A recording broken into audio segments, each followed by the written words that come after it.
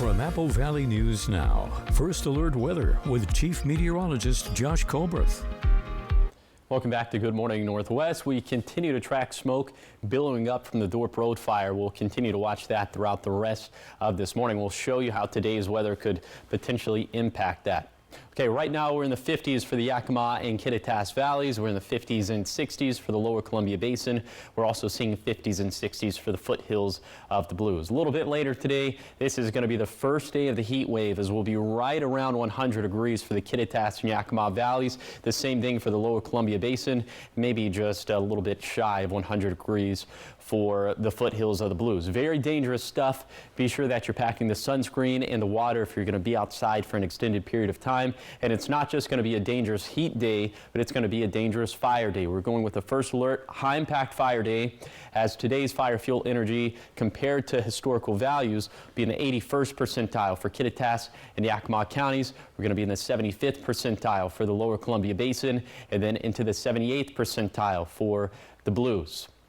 Now for tonight, we cool things off, but it's going to turn pretty mild, as we'll be in the 60s for the Kittitas and Yakima valleys. We'll also be in the 60s for the lower Columbia Basin, the same thing for the foothills of the Blue Mountains. By the way, winds for today will gust out of the north and northwest upwards of maybe 30 miles per hour for the Kittitas Valley.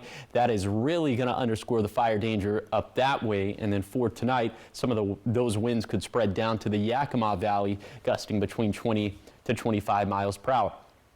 It only gets hotter from here, folks, as we'll keep things just about as hot for Saturday, and then up we go. Looks like Tuesday is probably going to be the hottest day of this ordeal, right around 110 degrees for the Tri-Cities, which will place us at about 20 degrees above average for this time of the year.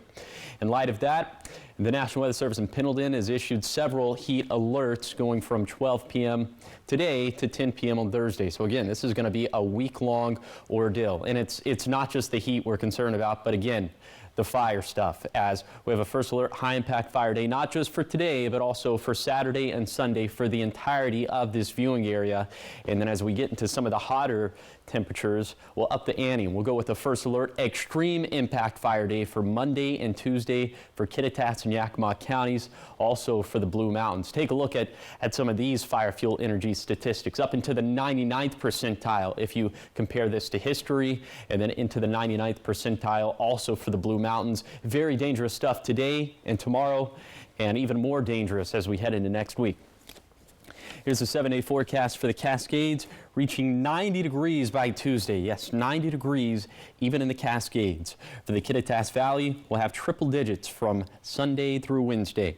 Then for the Yakima Valley, 7 straight days of triple digits, and it's going to be the exact same thing for the Tri-Cities, again with the heat wave likely peaking around Tuesday around 110 degrees. Then for the foothills of the Blues, we'll have triple digits from Monday to Tuesday to Wednesday. And then for the Blue Mountains, we'll be near 90 degrees for Tuesday. So again, another mountain range where we could be near 90. And that is going to set up a very dangerous fire situation for today. And again, as we head into next week especially.